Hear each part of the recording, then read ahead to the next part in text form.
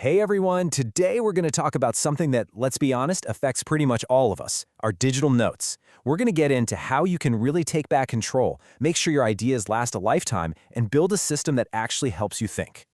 So let me ask you a question. Seriously, just think about this for a second. All those notes you're taking right now, in whatever app you're using, are you going to be able to open them in 20 years? Or are they just going to vanish when that company shuts down its servers? That's the problem we're going to solve today. Which brings us to what I call the trap of modern notes. You know, a lot of the popular apps out there are kind of like these beautiful, fully furnished apartments. They're super easy to move into, everything looks great, but you don't own any of the furniture, and the landlord can change the locks whenever they feel like it. And this slide just hits the nail on the head. With most apps, you're really just renting space for your ideas. Everything is locked into their specific format, stuck on their servers. But when you use plain text files, like Markdown, you own the house. You decide everything. It works offline, and it's built to last, well, forever. So how do you get out of this digital trap?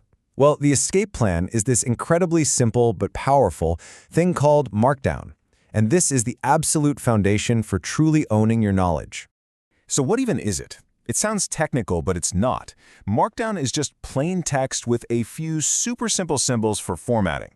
You want to make something bold? You just put 2 asterisks around it. Need a heading? Just use a hashtag. It's that easy. The whole point is that it's simple enough for a human to read, but powerful enough to be turned into almost any kind of document you can imagine. Okay, so why does this matter so much?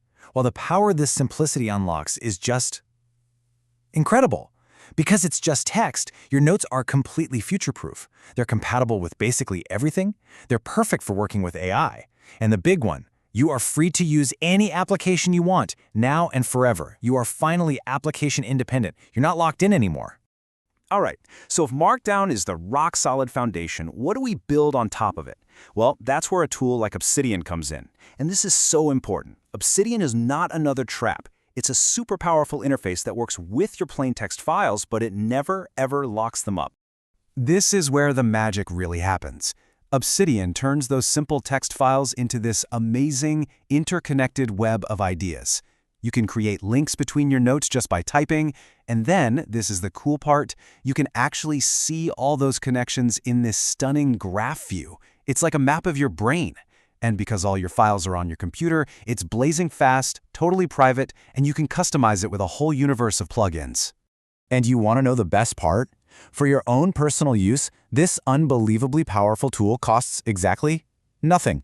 Zero. No subscription fees, no gotchas. There's nothing holding you back from building your own second brain.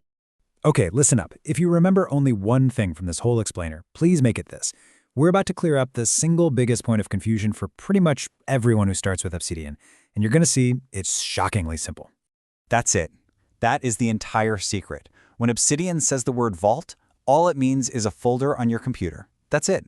It's not some special proprietary file. It's not a weird database. It is, and it will always be, just a regular folder that you, and only you, control.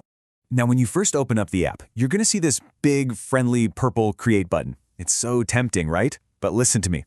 Don't do it. This option can get really confusing because it hides where your files are actually being stored, and it just adds a layer of complexity you totally don't need at the beginning. Instead, here is the simple, powerful, and correct way to do it. First, just go create a new folder yourself. Put it anywhere you want, your documents, your desktop, anywhere.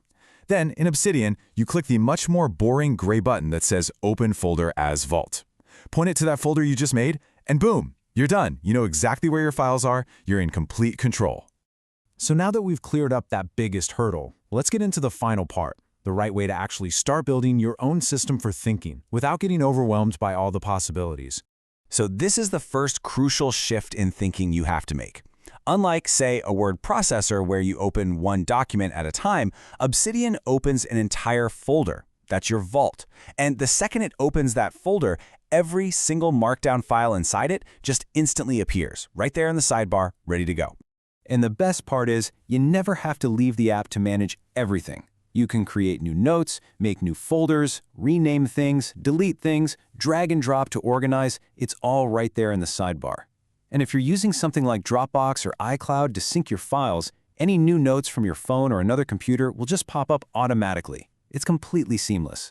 So how do you actually get started? Seriously, it is this simple. Open your folder, create a new note, start writing. Then create another note. And to link it to the first one, you just type 2 square brackets, start typing the name of the first note, and hit enter. That's it. You've just taken your first step into building a connected web of knowledge. And this quote right here, it just perfectly captures the entire philosophy. Don't try to build some crazy, perfect, complex system on your first day. Just start with the basics. Start with a few simple notes in a folder that you control. As you use it, you'll start to figure out what you need, and your system will grow with you totally naturally. So, as you can see, this is about way more than just storing notes. It's about building a system that you truly own, a kind of partner in thinking that helps you connect ideas in new ways.